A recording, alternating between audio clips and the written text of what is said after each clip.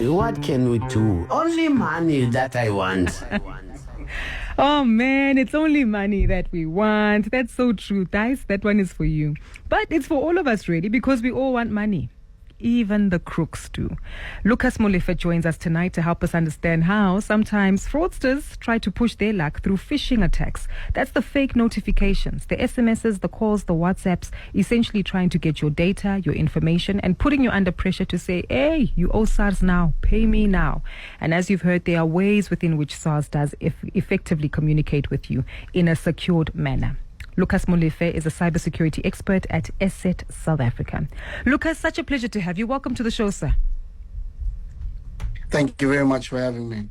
I'm excited to speak to you, Lucas, because a moment ago we did speak to the SARS commissioner who gave us some perspective on how SARS adequately communicates with with taxpayers on outstanding taxes. And he mentioned the word they don't use unsecured communication. Maybe let's elaborate on that, because some of us don't always fully understand what unsecured communication might look like and feel like until we've already given the OTP, shared the banking details, and clicked on the link.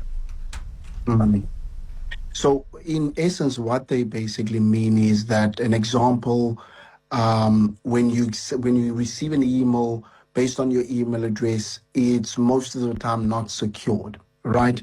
And what SARS would then do, what they basically saying is that whatever we speak to you about, it's either from your profile, where a notification will pop from your profile, right? That is talking about you doing your returns, okay? But also, even when they send you an email from a SARS perspective, they don't tell you do everything from your email point.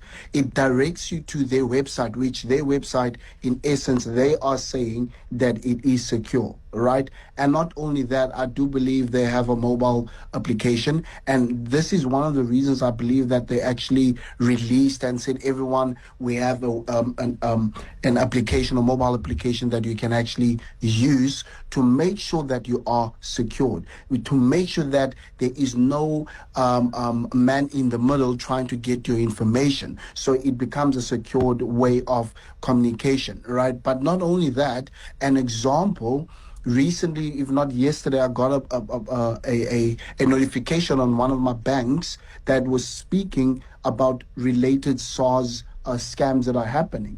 So that is not actually from the bank. It's actually SARS communicating to the bank, making sure that the user is actually understanding how heavy or how dangerous this can be by giving them that information. So I would say that way I feel, and I believe what he was saying is that that would be the authentic and secure communication line. 100%. And this is important, right? Because not only is it critical for these institutions to be mindful of the communication between themselves, but even with us as consumers. And many people have reached out before to say, I got an email, I got a call, there's an SMS, I pressed on this link. And it sounds like we keep on repeating the basics, but that's actually how scammers get us best, through the basic ways of scamming, phishing, vishing, and many other ways. But talk to us as to what appears to be very prominent right now when it comes to scammers during the tax season. So in actual fact, the main reason why they do this, right, is to make sure they make money. Right, by getting the information of someone, it's all about making money. All right, and essentially we call this the hunting season for cybersecurity criminals, okay? Whether you are not aware of any e-filing that you need to submit or anything, but they are aware on one thing, that e-filing is basically a highly sensitive financial data that is being shifted or being filled from these digital platforms, right? And criminals love predictability. Okay, so like you mentioned, there are so many things that are that they've been doing, and we know about these things. But you find that someone would say that there's an SMS that I got, and they clicked and they got scammed that particular way. But I can tell you right now, ever since AI came, there was definitely a spike from that point. Right?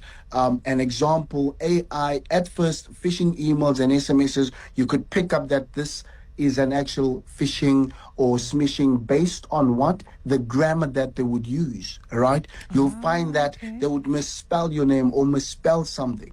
Okay, but now with AI, what they have done is that it looks more authentic, but essentially it is just mimicking what SARS would literally call legitimate communication from them, right? And in this manner, try and trap the individual to make sure that they not easily spot this, or they're not easily picking up that this is actually a scam or a phishing that is being communicated at them at that point.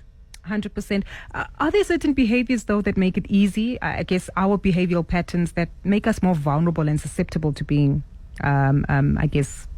fraud, victims of fraud? Yeah, there is. And honestly, the biggest mistake is that we like to react quickly, right? I'm expecting the SARS to give me something, or I'm expecting, there's an expectation for me to fill in my filing. And at the same time, if I don't fill it, it becomes a problem. So I need to do it as soon as possible. And I'm getting the time to do this, right? Now, scammers master what we call psychology, right? They would deliberately use psychological triggers to trigger someone, like an example, giving them a promising unexpected tax refund, right?